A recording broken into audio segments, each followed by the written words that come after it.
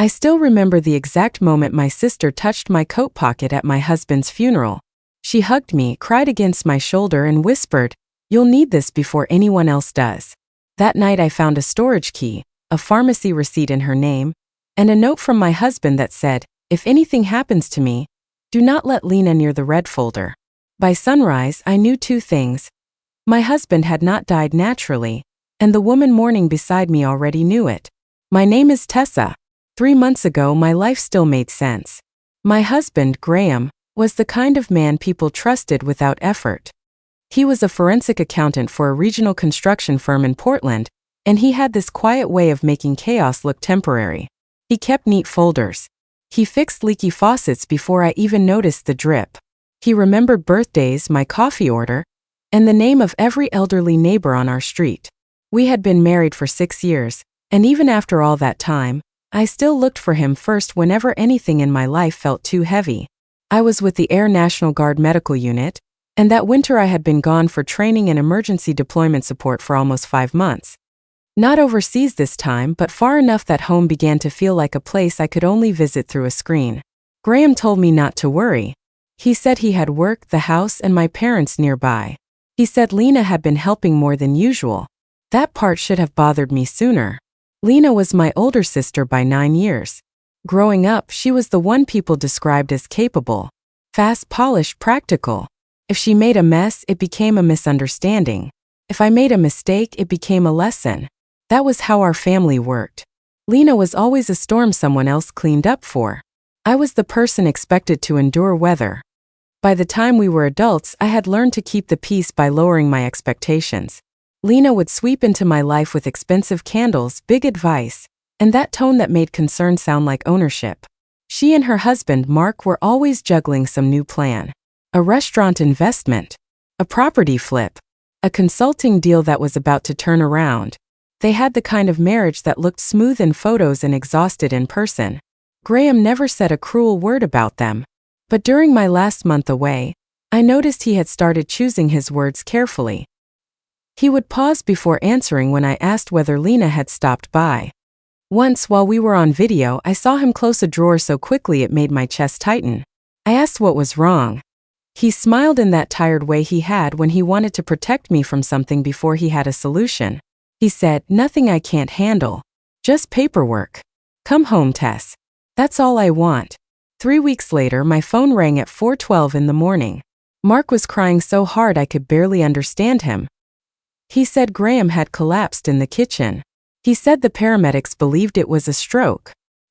He said Lena had been the one to find him because she had stopped by with soup. Soup. I replayed that word so many times I hated it. By the time I got home, the funeral had already been arranged. My mother could barely stand. My father looked 20 years older. Lena moved through the church like grief had appointed her manager of the room. She hugged people. She handed tissues to strangers. She told everyone how much Graham had loved me, how hard it had been for him while I was away, how sudden everything was. Mark stood near the casket with his eyes down, shaking hands like a man attending a business reception he did not want to disrespect. Then Lena hugged me, pressed something into my coat pocket, and whispered that strange line. I thought it was a sentimental object at first. A handkerchief. A keychain. Some final kindness she wanted me to discover later. That is the thing about betrayal inside a family.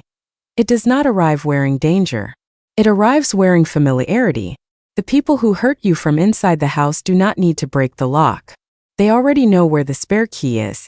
They know which version of themselves you still believe in. They know how long they can hide behind the language of helping. That night, alone in my guest room at my parents' house, I emptied my pockets onto the bed. There was a small brass key on a faded blue tag, a pharmacy receipt from a compounding lab outside the city, and folded into a square so small I almost missed it, a note in Graham's handwriting. If anything happens to me, do not let Lena near the red folder. Locker 214. Use your birthday. I drove to the storage facility just after dawn. Locker 214 was in the back row, behind a chain-link gate that buzzed when the manager let me through. Inside, there was one red accordion folder, a slim recorder, and a manila envelope with my name on it. I actually laughed when I saw my own shaking hands, because some part of me still thought there had to be an innocent explanation. An accounting misunderstanding. A fear spiral. A mess Graham had documented because he was thorough, not because he was dying. The first thing I opened was the envelope. Inside were copies of 3 transfers from Graham's personal account to a shell company I had never heard of. The payment descriptions were vague, just invoice numbers. But one page behind them was the shell company's registration. The mailing address belonged to a mailbox rental store. The listed manager was Mark. Under that was a printed email chain. Lena had been arranging private in-home wellness infusions for Graham while I was away. She wrote that he had been fatigued, dizzy, run down, and too stubborn to rest. She signed one message as his family. I just want to help. Family. That word nearly made me sick. The next document was a medical intake form that looked wrong even before I knew why. Graham's signature was there, but the slant was off. The emergency contact had been changed from me to Lena. In one corner was the name of a nurse practitioner who had supposedly approved a nutrient support plan. Later I learned that provider had retired 8 months earlier. Then I played the recorder. At first all I heard was traffic noise and the scrape of a chair. Then Graham's voice. If you're listening to this, I waited too long. There was a long breath. Then his voice again, lower this time. I think Lena and Mark are using my name for something financial. I found invoices tied to fake services. When I confronted Mark, he told me I was overreacting. Lena cried and said I was punishing her for trying to hold the family together. 2 days later I got sick. Again. If this keeps happening, go to Detective Vale. I already sent him copies of what I could prove. I sat there in my car with the recorder in my lap and felt my body split into 2 people. One of them was still my sister's little sister, still searching for any path that did not end in the truth. The other had already started building a wall in her mind, brick by brick, around the word Lena. People like to imagine evil as loud. They imagine rage, threats, broken glass. But some of the most dangerous people in the world know exactly how to be useful in public. They organize casseroles. They smile at your neighbors. They memorize the posture of concern. That is why victims are doubted so often in the beginning. Not because the facts are weak, but because the liar has spent years training everyone around them to trust the costume. I called Detective Owen Vale from the parking lot. He worked homicide now, but Graham had apparently reached him weeks earlier through an old college contact. When I gave my name, there was a pause on the line that told me he had been expecting this moment, just not from a woman sitting in a storage lot trying not to throw up. He met me that afternoon. Vale was calm in the way experienced investigators often are. Not detached, just unwilling to let panic steer the room. He listened to the recorder, reviewed the documents, and asked me the kinds of questions that made every ordinary memory from the past 2 months feel contaminated. Had Graham changed eating habits? Who had access to the house? Who handled prescriptions?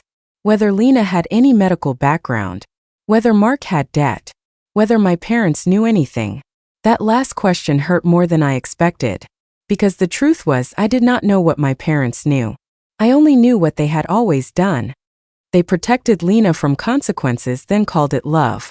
If Lena was late with rent, there was a reason. If she borrowed and did not repay, there was a season she was going through.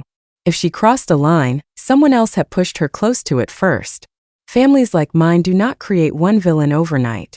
They create permission in small daily doses, until someone like Lena stops hearing the word no as a boundary and starts hearing it as a temporary obstacle. Over the next 5 days, Detective Vale and his team pulled records I could not access on my own. Mark was deeper in debt than I had imagined. Not glamorous debt. Desperate debt. Merchant cash advances. Private loans. 2 liens tied to a failed hospitality venture. And buried in those records was the ugliest detail of all. Graham had discovered that Mark had been routing inflated contractor reimbursements through dummy vendors. And one of those vendors connected back to the shell company that received money in Graham's name. Graham had planned to report it. That was the point where money turned into motive. The pharmacy receipt led somewhere worse. A compounding technician remembered a woman matching Lena's description, asking a long list of questions about microdoses, nausea, blood pressure changes, and substances that would be hard to detect if a patient already had stress, fatigue, and dehydration on record. She had not purchased anything illegal there. But she had tried to learn how symptoms could be disguised inside ordinary explanations. Then the toxicology addendum came back. Graham had not died from a stroke. He had died from repeated exposure to a heavy metal compound administered in small amounts over time, enough to weaken him, confuse the clinical picture, and make his final collapse look natural unless someone looked closer. I thought that would be the moment I broke. Instead, I went strangely still. Because grief is one kind of pain. Betrayal is another. Grief tells you someone is gone. Betrayal tells you the map you used to survive was fake. I was not only losing Graham all over again. I was losing every holiday table where Lena laughed too loud and I mistook that sound for belonging. I was losing years of self-doubt. Years of being told I was too sensitive when something about her felt off. Years of thinking the ache I carried around my family was a flaw in me instead of information. There is a special cruelty in being betrayed by someone who already knows your locks. They know your soft places. They know what excuses you have been trained to accept. They know how to injure you twice, first in the act itself, and then in the delayed horror of recognition. Detective Vale asked me not to confront anyone yet. He believed they were getting nervous.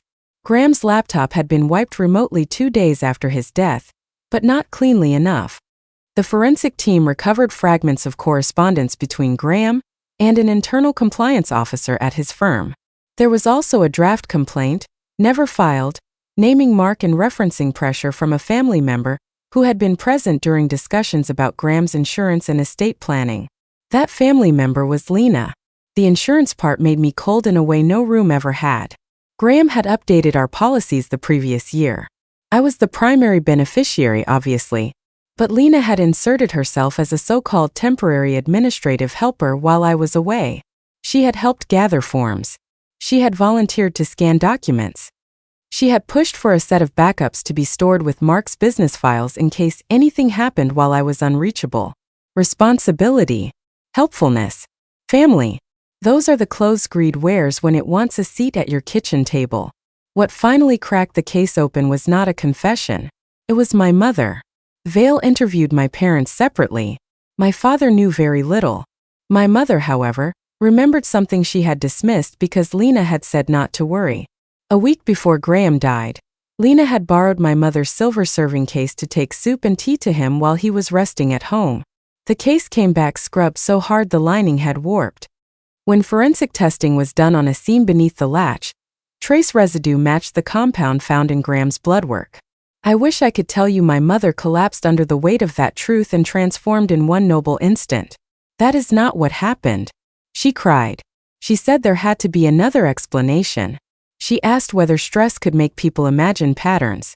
Even then, even with a dead son-in-law and evidence in her hands, some part of her still reached first for Lena's innocence and only second for my pain. That was the day I understood something I should have admitted years earlier. Being overlooked long enough can make you grateful for crumbs. And once you stop accepting crumbs, the whole table changes shape. Vale set the trap for the following Sunday. My parents hosted monthly family dinners, and after Graham's death my mother insisted we should still gather because being together was how we got through hard things. Lena agreed too quickly. Mark texted me twice that week to ask whether I was holding up. I could almost hear the checking for damage beneath the sympathy. The plan was simple. I would tell them I had found financial documents Graham left behind. I would say I was confused about the shell company and the altered medical paperwork. Vale and another detective would be in an unmarked van outside. A warrant team would be nearby if things escalated. Sunday came with rain. My mother made pot roast no one touched. My father kept folding and unfolding his napkin. Lena wore cream because of course she did. She always knew which colors made her look soft. Mark was too cheerful, then too quiet, then suddenly attentive every time I moved my hands toward my purse. Halfway through dinner, I placed the copies on the table. I remember every sound after that. The tick of the dining room clock. My mother's spoon tapping china. The rain sliding down the windows like fingers. I said Graham left records. I know about the shell company. I know about the medical forms. And I know he spoke to Detective Vale before he died. Mark's face emptied first. Lena's did not. That was worse. She did not look shocked. She looked inconvenienced. She reached for the papers with this calm little smile and said, "Tessa, you are in shock. You do not understand business paperwork. I pulled them back. Then I said the line Vale had told me might force movement. I know he didn't die naturally. My mother made a sound I had never heard from her before. Something between a gasp and an animal wound. Mark stood up so fast his chair hit the wall. He pointed at Lena and said, "Tell her what you told me. Tell her you said it was only supposed to make him weak. Tell her you said he was ruining us." That was it. That was the break. Lena turned to him with pure hatred on her face, the kind people hide until they no longer believe the room belongs to other humans. She told him to shut up. She said if he had not gambled through everything they had, none of this would have happened. She said Graham had been self-righteous and impossible. She said I always got to be the one people admired for doing things the hard way, while she was left cleaning up everyone else's mess. Then she said the sentence that lives in me now like a nail. He would have destroyed this family anyway. Not marriage. Not money. Family. As if killing my husband had been an act of preservation. Mark started shouting that he never wanted this, which was a lie so pathetic it almost disappeared under its own weight. My father rose from his chair. My mother backed into the counter. I took one step away from Lena because something in her face had changed from performance to panic. She lunged for my purse. Later, the detective said she was probably trying to get the recorder they assumed I had hidden there. She never reached it. My father grabbed her arm. Mark tried to bolt through the kitchen door. The detectives came in before he made the porch. Everything after that happened in pieces. Wet shoes on tile. Commands shouted. My mother sobbing Lena's name. My father staring at his own hands like he no longer trusted where he had placed them his entire life. I just stood there beside the ruined pot roast and thought, this is what the truth sounds like when it finally stops asking permission. The trial began 7 weeks later. By then the prosecution had more than enough. Financial fraud, falsified care documents, toxicology, residue from the serving case, recovery of deleted emails, Mark's debt trail, testimony from the technician at the compounding lab. And because people like Lena always believe control will return if they speak with enough certainty, multiple calls from jail in which she kept trying to coach my mother on what to say. The defense tried to split blame. Mark's attorney painted him as weak, frightened, manipulated. Lena's attorney painted her as a stressed older sister who made administrative mistakes while trying to support a grieving household. But facts are stubborn things when they line up cleanly. I thought the verdict would feel like release. It did not. Not right away. When the jury came back guilty on all major counts, people around me exhaled. My father bent forward and cried into both hands. My mother stared straight ahead, as if turning her head might make the truth more real. Mark looked gray. Lena looked furious that the world had finally refused her version of it. I gave my statement standing up. I said Graham trusted too easily because he believed decency was still a normal thing to expect from family. I said the worst part was not what they took from me, though they took everything. The worst part was what they tried to turn me into after.